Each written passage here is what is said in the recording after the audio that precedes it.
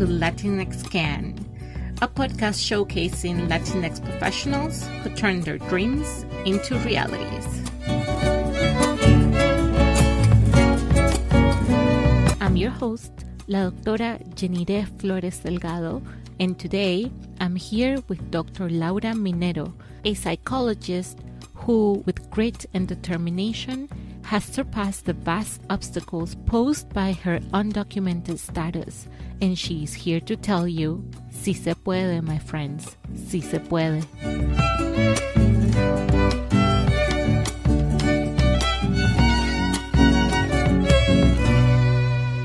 In this second part, Dr. Laura and I talk about how the Deferred Action for Childhood Arrivals program, better known as DACA, untied her hands so that she could swim in the ocean of opportunities she was being offered because of her talents and skills, but which she could not take advantage of because of her immigration status. We discussed the threat the current administration poses to the DACA program, how the recent Supreme Court decision opened the door for the program to be re-challenged, and how those of you who have the privilege and the duty to vote in the upcoming election have the power to significantly impact the lives of millions of people in the Latinx community and the immigrant community at large.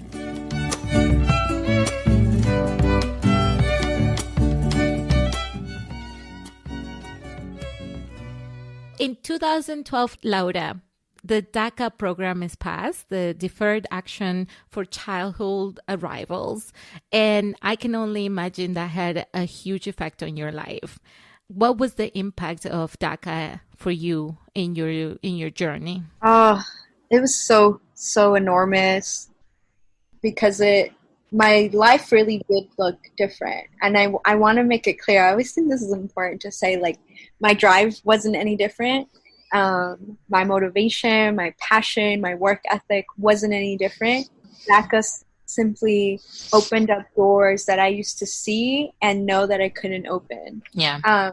Even something as simple as a driver's license. Like, before, I had a 3-hour commute to Cal State Fullerton on the bus system because I couldn't drive. Wow. That felt terrific to me. And so, I would pile up my classes into 2 days, and I was at college from like 7 a.m. till 9:30 p.m.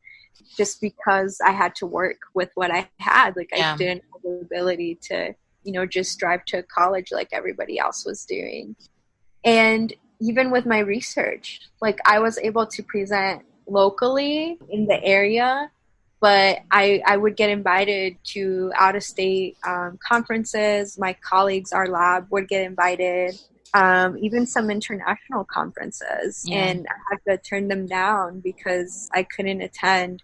I know some people still found ways to travel. They were not fearful of domestic travel. I felt like I have worked so hard. I do not want to anything, and I was so scared of traveling. I just simply didn't travel before DACA. So once DACA was enacted, I was finally able to present my research in other states. I also now had the opportunity to work lawfully. So I took on actually 2 jobs.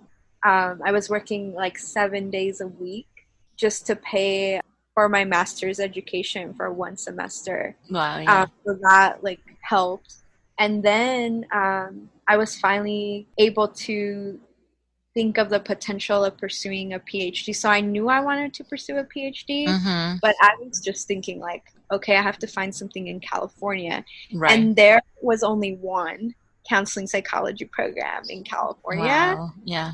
And I was like, there's so many outside of here, and I have zero access to them. But when I got DACA, then I had the ability to think on California and where could I go. And I also know in California, we have this knowledge that, if you want to come back and live in California, you got to leave. You got to leave and then come back. Mm. So that's something everybody talks about here. They want to send you out to get more experience. And then, once you have that education, that other experience, then they welcome you back. They want to bring in folks from different places. And so I knew I was like, okay, well, if I want to come back to my homestay, I gotta go out, and I couldn't Mm-hmm. do that before DACA. And I think that's so significant because it highlights all the challenges. I mean, we've been talking about these challenges before, but it's people who have so much potential, who have so much opportunity and drive to achieve their goals. And the one thing that stops them is having a social security number. And that is such a shame, not only because it holds people back, but it's also robbing the general population from what these individuals can actually offer. You know, there's so much perspective, there's so much knowledge, and there's so much passion and drive to do your thing, to achieve your goals. And that is only something that people, when they see it, they can appreciate it and they can try to emulate that behavior, and you rob people of these opportunities because they don't have a social security number, and that's not really their fault. Yeah, exactly. And I want to name that, right now in 2020, we're still pending another potential challenge of Yeah. DACA, and it's already been altered. The program, if you apply now, is only for 1 year. USCIS is not taking new applications. So think about like if I were to think about my 16, 17-year-old self being undocumented and having seen other people before me get this opportunity, and then all of a sudden it's not available to Yeah. me, the heartbreak of that, the helplessness of that. I mean, I didn't even have DACA when I started, and I felt helpless and heartbroken. So to know that you could have had an Yeah. opportunity, it was taken away, it's just so devastating. So I want to name that, some of the things I now have access to are things that other people have never had access to, even before me, right? So Mm-hmm. the age cutoff, you couldn't Right. be 31 years old, and a bunch of other requirements that you have to meet. You have to do like a federal background check. And if you think about that, right, it's still so selective. It's still Mm-hmm. so few people that qualify for that.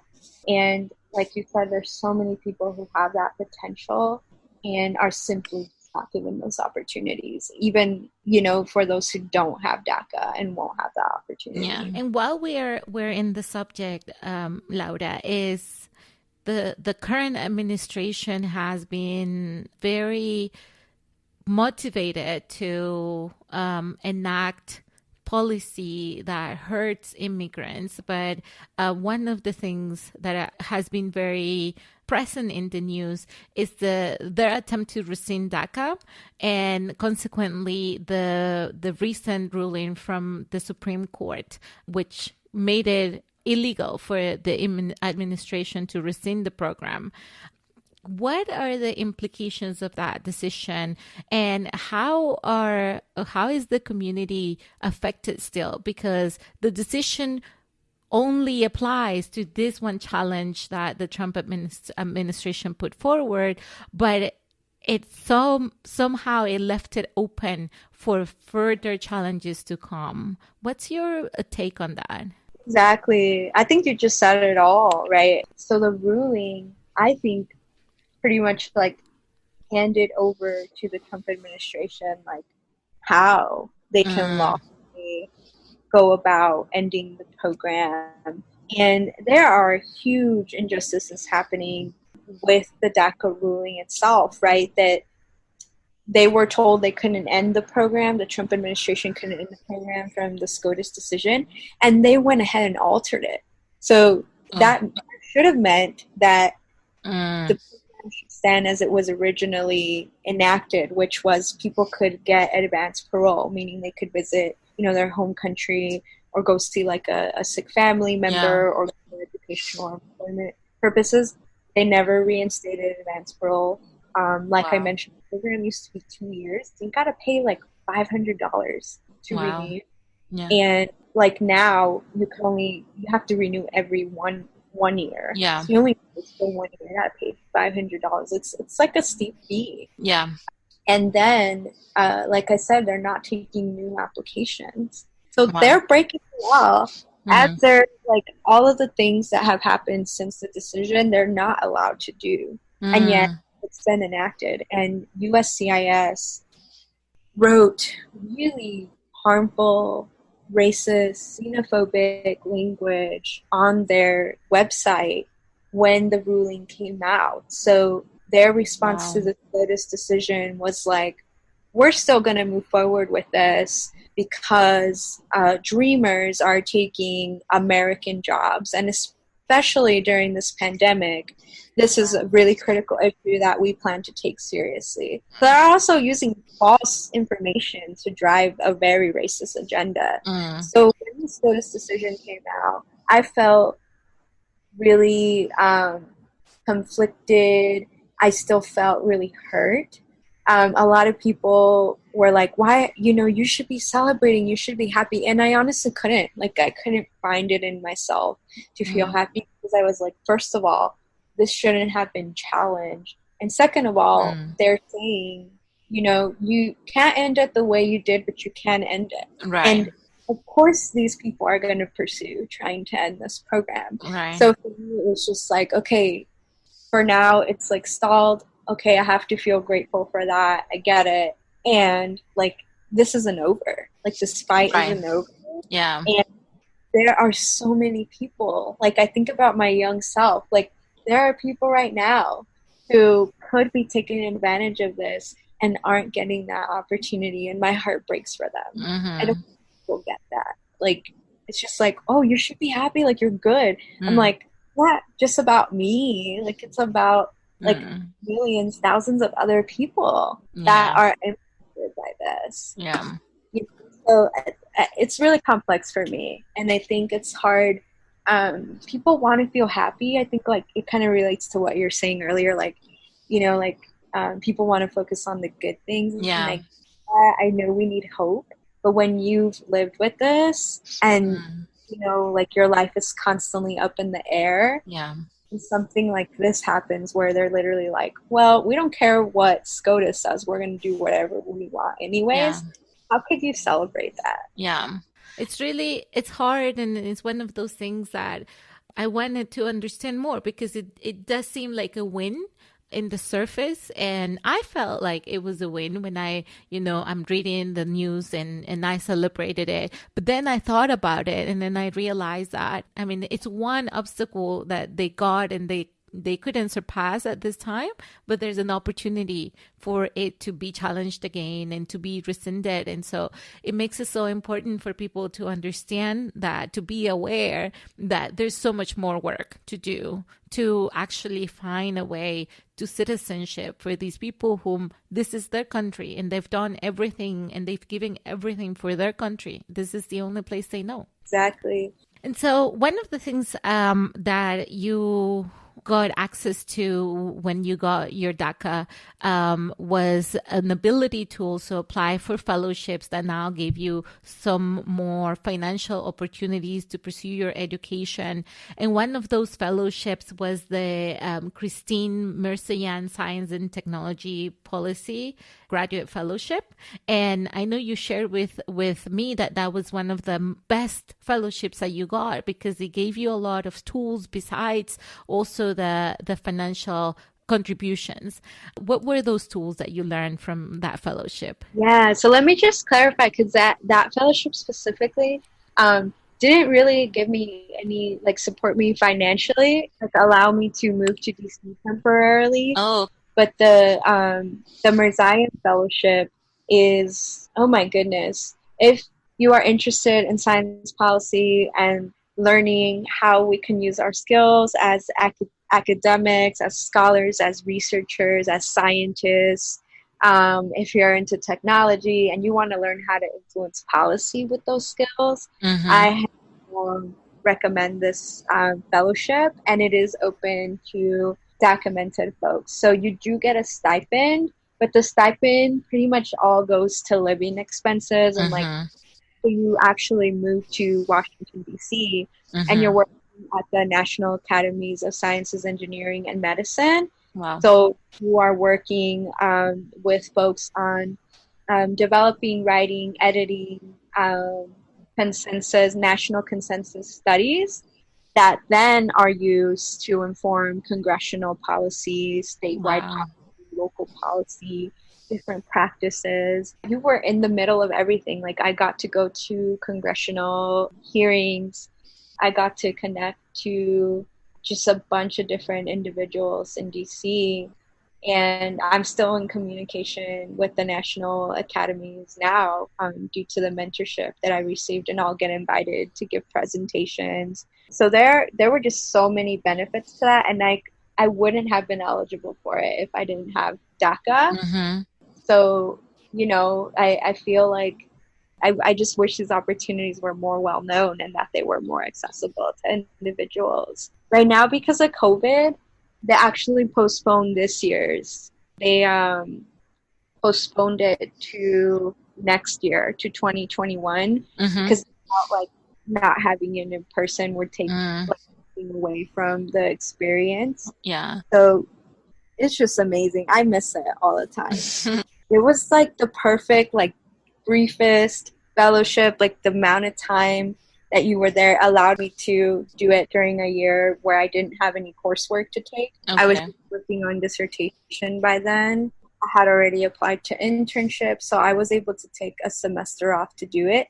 And you could be like, I think recently graduated or about to graduate from a PhD. Excellent. That seems like a fantastic opportunity, and I'll put it on the show notes so that people can look it up and see if they're interested. They can try and apply for next year. Hopefully, we're out of the weeds of COVID-19 by that time. If anyone wants to reach out to me too for tips on applying or wants to learn more about it, there is kind of like a specific process. So I'd be happy to support people with that. Thank you for making yourself available. And so after your bachelor's and master's at Cal State Fullerton, you then went on to pursue a PhD at the University of Wisconsin-Madison. And your research is fascinating because, as I understand it, you're focusing on the research of the immigrant community, the Latinx community, but also at the intersection or how it relates to the trans community. Can you share more about the interest in your research and the questions that you're trying to answer? Yes, definitely. So that highlights most of my doctoral work. So I'm working now on trying to disseminate it. So it should be, available to folks soon. But yes, like I mentioned, since undergrad and then in my master's, a lot of my work focused on Latinx immigrants and undocumented immigrants in particular. But then when I went to University of Wisconsin-Madison, one of my mentors there, who eventually became my advisor, worked with trans communities. And I always wanted to, before I went there, I wanted to merge my interest in working with undocumented immigrants with the LGBTQ community. Almost like this natural pairing. And I was going to a lot of social justice activist conferences, and I had met some individuals who had been trying to fight and ending detention, especially for trans individuals, Latinx trans individuals, because the practice of detention was so harmful. But they were always like, we want to partner with folks, but we don't have the skills to do research. So that really, that's kind of where this idea was born, of really examining what the psychological impact of immigration detention was or is on the lives of Latinx trans immigrants. Yeah. And, it was definitely years of community and relationship building. So I think one of the biggest challenges, right, in doing this work is, as I mentioned earlier, making sure you're causing no harm, making sure you're ethically, especially because of all the risks that undocumented and asylum-seeking immigrants run of deportation, right, or impacting their cases in some way. There's a different way that you have to conduct your research. And, all of those things, I had to build relationships for 6 and 7 years to build trust within the community. Wow. So that, even though I'm undocumented, queer, and gender expansive myself, my education and my identity as a researcher and as a clinician precedes me Yeah. in those communities. Yeah. So I'm automatically a person that cannot be trusted. And it's like, oh, but it's me. And I get it. Yes. Yeah. So I had to do a lot of work, even before starting to collect data, and just doing relationship building. And it was always really important to me to put my community at the center and to allow them to drive the research questions, allow for the results to be used by them in whatever way that they want to use them. Yeah. So I don't know if that answers your question, but I'm happy to share more of what I found or other things that are pertinent to my research. Yeah, one of the things that we talked about before was around the topic of intersectionality. And I shared with you that is something that I don't necessarily understand well. And we had the opportunity to discuss this a little bit. And one of the things I'm looking forward to is learning a little bit more about what intersectionality is from a person who's actually studied and has focus her research and her job in something related to it? Great question. So don't feel bad. A lot of people don't know what that is, and folks who claim to know what it is often do it incorrectly. So I want to name that. Yeah. So the theory of intersectionality was founded by Dr. Kimberly Crenshaw, who is a Black scholar. She actually works at UCLA now. And she really did just a phenomenal job in breaking down, that identity is so, important, but the systems that make our identities relevant is actually more important. And, for example, yes, a Black person might experience racism, but a Black queer and trans person is going to experience more than just racism. They are likely to experience homophobia and transphobia in different ways. And yet they might still be able-bodied. So they might not have a disability that gives them certain access that somebody with a disability doesn't have access to. So her premise is that pretty much everyone has different accesses of oppression and power. So in a society, in whatever system you operate, really looking at yourself and others as operating within having either privilege in one moment and maybe being marginalized in a different moment. And that's going to look different depending on where you are and what systems are operating. And one of the things that's often missed is that people focus on, intersecting identities, like that's like Latinx, trans, and immigrant. So that's how people use it incorrectly. So what we really need to look at is examining the axes of power and oppression. So both. So people just focus on like the marginalization without actually examining the system. So for example, in my research, I didn't go and say, Latinx trans lives are so difficult because of who they are, because of their identity. My research is examined what makes their experience so difficult, what systems are at play. Oh, that's transphobia, right? Oh, that's racism that they experience. Oh, that's the racist system of detention and the torture they experience within detention. So not necessarily making it about overlapping identities and rather the different systems that then make their identities relevant. No, that's super helpful, and it actually makes me understand a little bit also the process through which I have been and the last couple of years, because I shared with you, I'm not naive. I know that racism exists. I just had never really seen it at play in a systemic way. Like I started seeing it when I started working. I spent, 4 years at the University of Florida and 6 years at Texas A&M, almost 5.5. And during that bubble of academia, I always felt like I was one more person in there. And then I never felt or I never saw any examples. Maybe I wasn't looking for them either, but I didn't feel them on myself, for example, as a Latina woman. But when I started working in corporate America and I left the bubble of academia, slowly I started seeing it and I started feeling it. And I think that for me, that was a wake-up call to try to understand the system as well as just the individual.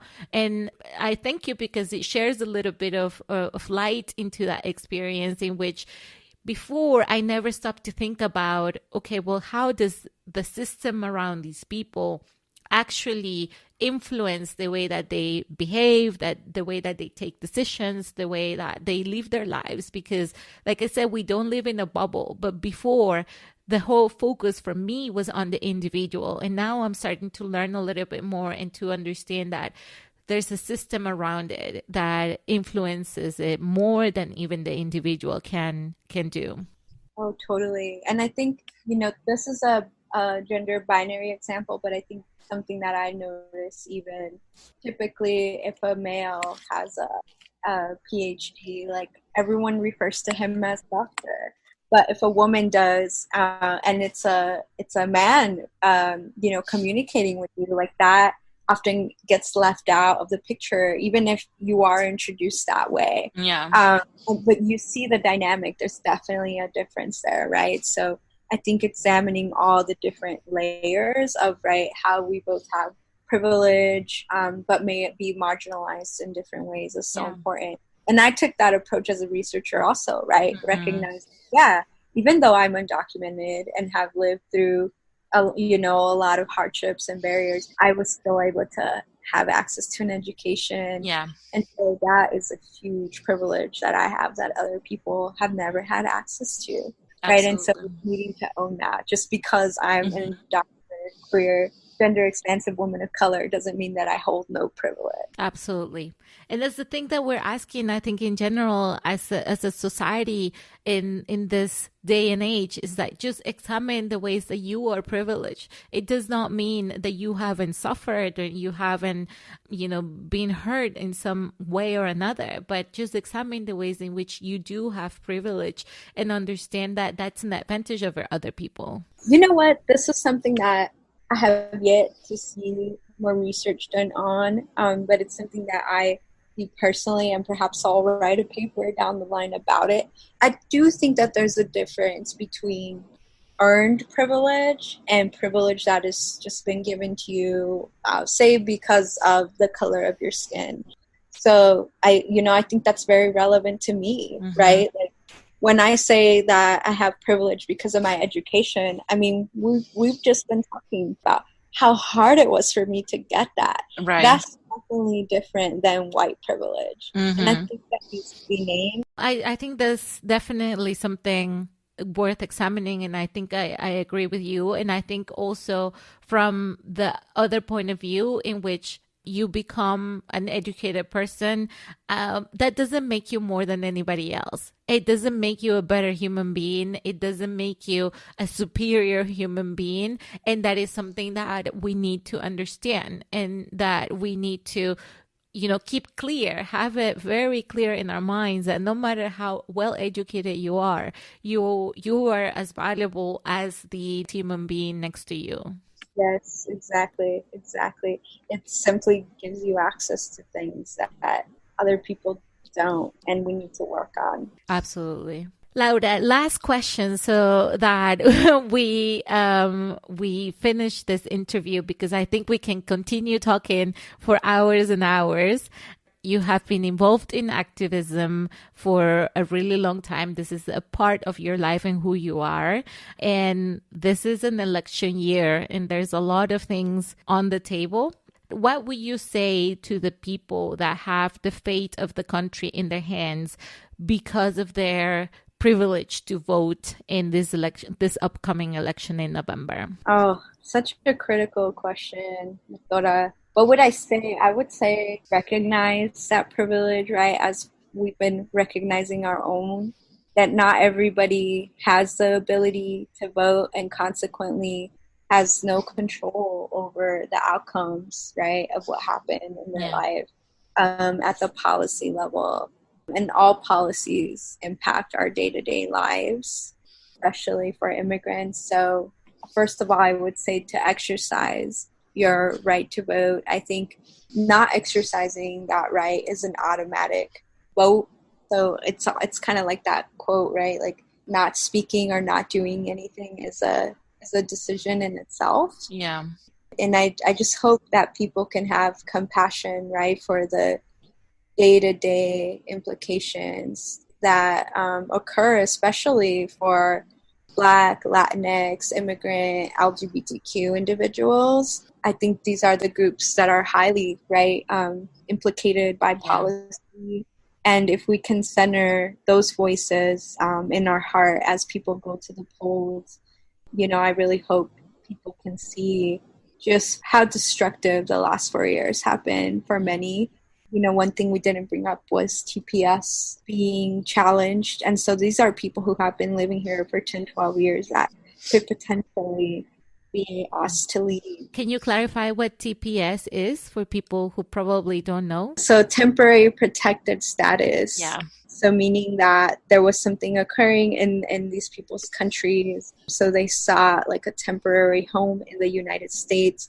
And these are people, again, that have been contributing to our country in so many different ways and have laid roots here and, you know, have children here, have their whole lives here. And it's still unstable for many of them to return to their home countries. Yeah. And they're being forced out.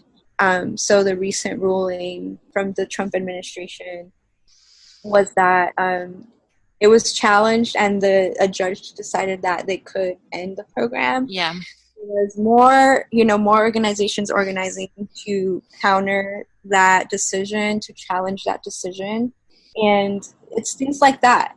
People can't even seek asylum right now in the United States. Like nobody's talking about that. Yeah. That's huge, right? And so there needs to be accountability, and a way for you to hold people in this nation as accountable is to decide who gets to be in leadership to make these kinds of decisions. So please think about that and exercise your right to vote, especially for those of us like me who can't. Yeah, me neither. I also can't vote. And it's one of the things that I learned from living in Venezuela or having grown up in Venezuela, where we went through many rounds of elections and people thought that it wasn't worthy to vote because nothing was going to change. And that has partially taken us to where our country or my country is right now. And so one of the things that I learned is that there is no choice. Is you have to go and vote. And if you don't go and vote, then you can't complain about anything that's happening around you because you had a choice to do something about it and you didn't do it. So that's also my message for people. Such an important one. It's so critical. I love what you said, right, about if you don't vote, you shouldn't be complaining. And we saw that happen, right, in our last election. So my last thing is, please don't let history repeat itself. It's been so painful and heartbreaking. And I have hope for us to be able to move forward and undo some of the harm. And create a better community and nation overall for all of us to be able to thrive and live healthy and beautiful and joyous lives together. Absolutely. Dr. Laura Minero, thank you so much for being on the show with us today. This is such a great podcast. I look forward to hearing future ones come out as well. Thank you. Thank you for listening to this podcast. And if you want to put a face to the voices you just heard, you can follow us on Instagram at LatinxCan. If you have questions or feedback for us, you can email us at latinxcan@gmail.com. And if you like this episode, please leave a review. It is the quickest way to grow as a community. Once again, thank you for listening, and remember, unidos somos más.